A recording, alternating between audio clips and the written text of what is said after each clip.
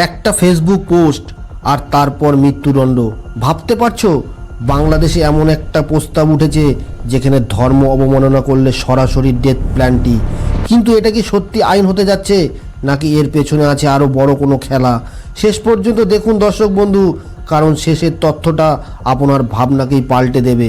নমস্কার দর্শক বন্ধু, আমি অভিক, আপনারা দেখছেন অভিক নিউজ। হ্যাঁ, ঘটনাটা রিয়েল। বাংলাদেশের জাতীয় সংসদে একজন এমপি এই প্রস্তাব দিয়েছেন।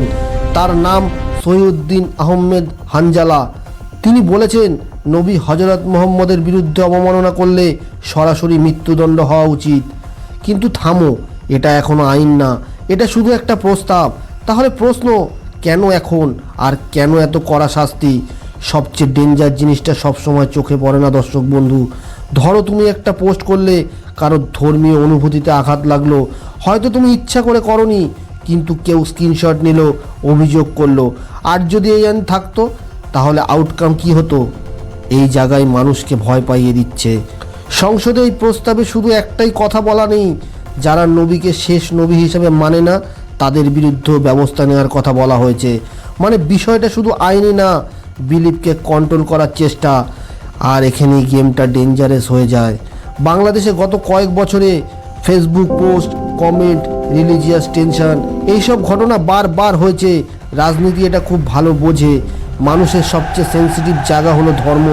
রাজনীতিতে সবচেয়ে দ্রুত আগুন লাগে ধর্মে।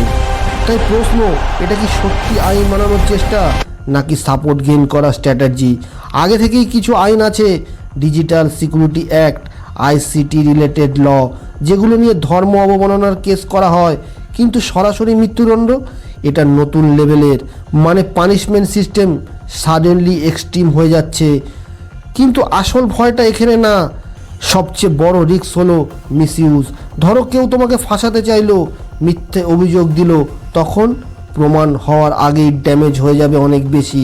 আর একটা বড় প্রশ্ন, অবমাননা ডিফাইন করবে কে? সরকার, সমাজ নাকি ক্রাউড? যখন শব্দের মানে পরিষ্কার না, তখন বিচার কখনোই পরিষ্কার হয় না। ধর্মের সম্মান রাখা জরুরি, এটা সত্যি, কিন্তু সম্মান আর ভয়, এই দুটোর মধ্যে পার্থক্য আছে।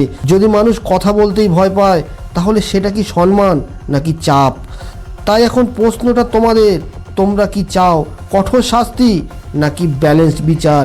বাংলাদেশ এখন এমন একটা ডেঞ্জার পয়েন্টে আছে যেখানে একটা আইন পুরো সমাজের ভবিষ্যৎকে বদলে দিতে পারে। আইন শুধু অপরাধ থামায় না, আইন ঠিক করে মানুষ কতটা স্বাধীন থাকবে। তুমি কি এই আইনের পক্ষে? কমেন্টে তোমাদের মতামত লিখে জানাও দর্শক বন্ধু। ভিডিওটা শেয়ার করো, কারণ এই আলোচনা সবার জানা দরকার।